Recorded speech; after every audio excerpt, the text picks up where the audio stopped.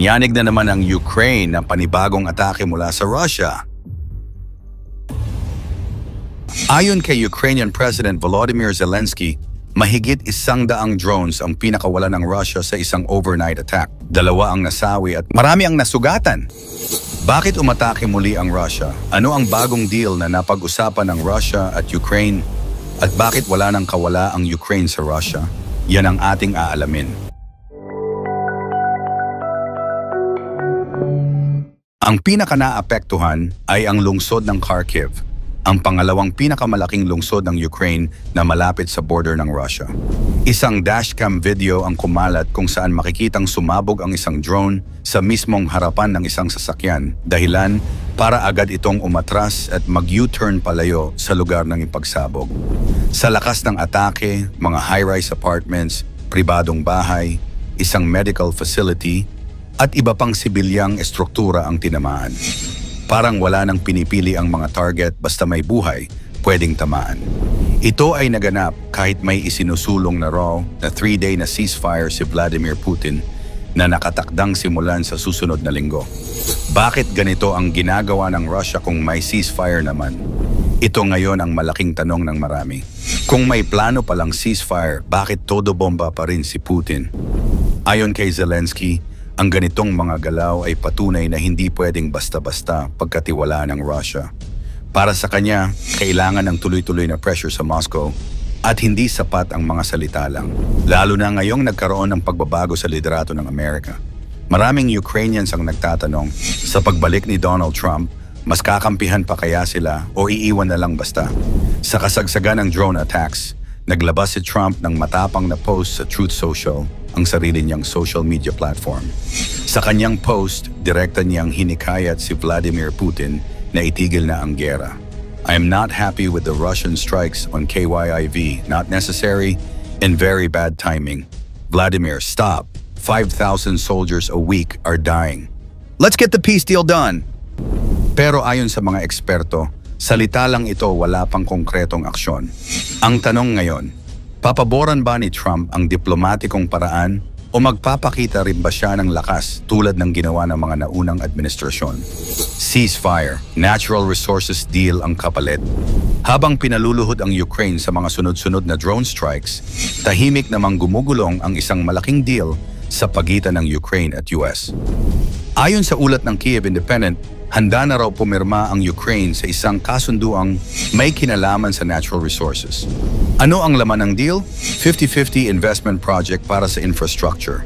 Bibigyan ang US ng pribilehiyong access sa aluminum, oil at natural gas ng Ukraine. At ang pinakamalaking pasabog, inalis na ng Trump administration ang demand na bayaran ng Ukraine ang mga dating military aid na tinatayang aabot sa tens of billions of dollars. Sa bagong setup, future support na lang ang babayaran. Maraming nagsasabi, ito ba ang tunay na rason kung bakit gusto ng US na manatiling buhay ang Ukraine hindi lang dahil sa prinsipyo kundi dahil sa likas yaman? Ang tanong, ceasefire nga ba o strategic distractions? Kung tutuusin, ang panukalang 3-day na ceasefire ni Putin ay maaaring taktika lang para makapag-reload ng armas o maglipat ng tropa. Hindi ito bago sa kasaysayan ng digmaan. Sa tuwing pinapahinto ang putukan, may malalalim na plano sa likod niyan. Madalas hindi para sa kapayapaan kundi para sa mas malawakang opensiba pagkatapos. Habang pinag-uusapan ng ceasefire, todo pasok naman ang mga drones ng Russia. At habang binabanggit ang kapayapaan, may mga gusaling tinutumbok ng missile. Parang may double meaning ang mga kilos ng Kremlin. Kumbaga, pag-usapan muna ang tigil putukan, pero habang nag-uusap, winawasak ang kalaban nito.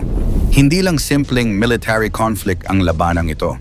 Kung tutuusin, may 3 level ito.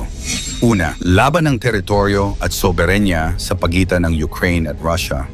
Sa pinakaugat ng digmaan ay ang matagal ng usapin ng teritoryo at pambansang soberenya. Gusto ng Ukraine na mapanatili ang kanilang kalayaan at integridad bilang isang bansang may sariling desisyon at direksyon.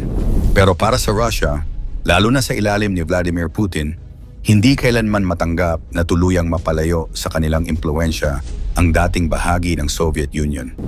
Ang pag-agaw sa Crimea noong 2014 at ang kasalukuyang opensiba sa silangan ng Ukraine ay malinaw na hakbang para ipakita na hindi pa rin nawawala ang layunin ng Russia na muling sakupin o kontrolin ang mga lugar na itinuturing nitong historically Russian. Ito ang dahilan kung bakit hindi basta-basta natatapos ang gulo dahil para sa magkabilang panig, usaping pagkakakilanlan at karapatan ang nakataya. Pangalawa, proxy war sa pagitan ng West at Russia. Habang Ukraine at Russia ang nasa sentro ng putukan, hindi maitatangging may mas malaking puwersa sa likod ng bawat panig.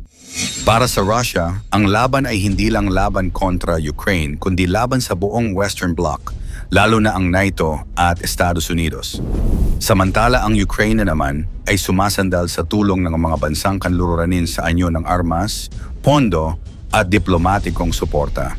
Ang resulta, isang proxy war kung saan ang tunay na nagpapatuloy ng apoy ay ang dalawang higanting puwersa ang West at Russia na pareho ring may kani-kaniyang interes.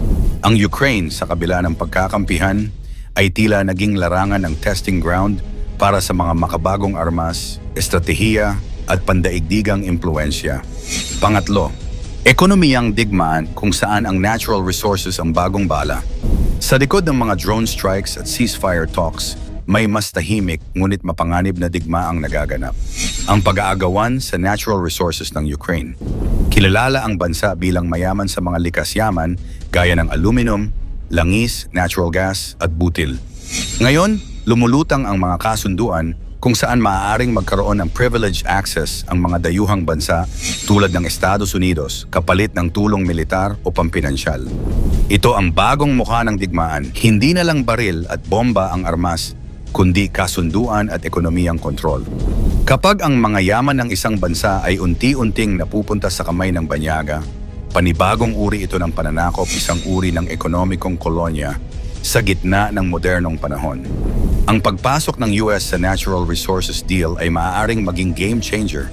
Pero may tanong din, kung hindi natuloy ang ceasefire, lalala ba ang opensiba ng Russia? At kung tumuloy man, mapupunta ba ang yaman ng Ukraine sa banyagang kamay? Habang ginugulpi ang Ukraine ng mga drone, at habang tahimik na pumipirma ng mga deal ang kanilang pamahalaan, ang mundo ay pinapaalalahanan ng isang katotohanan. Hindi pa tapos ang digmaan. Hindi pa rin malinaw kung kapayapaan ba talaga ang habol o bagong forma lang ng dominasyon.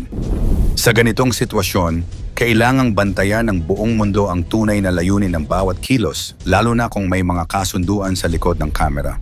Sa bandang huli, hindi lang ito laban ng baril at bomba, laban ito ng diskarte at impluensya.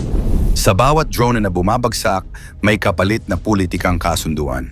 Sa bawat ceasefire na binabanggit, may nakatagong kondisyon.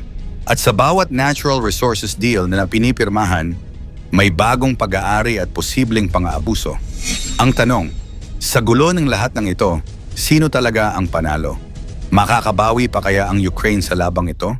I-komento mo naman ito sa ibaba. Huwag kalimutang i-like at i-share. Maraming salamat at God bless.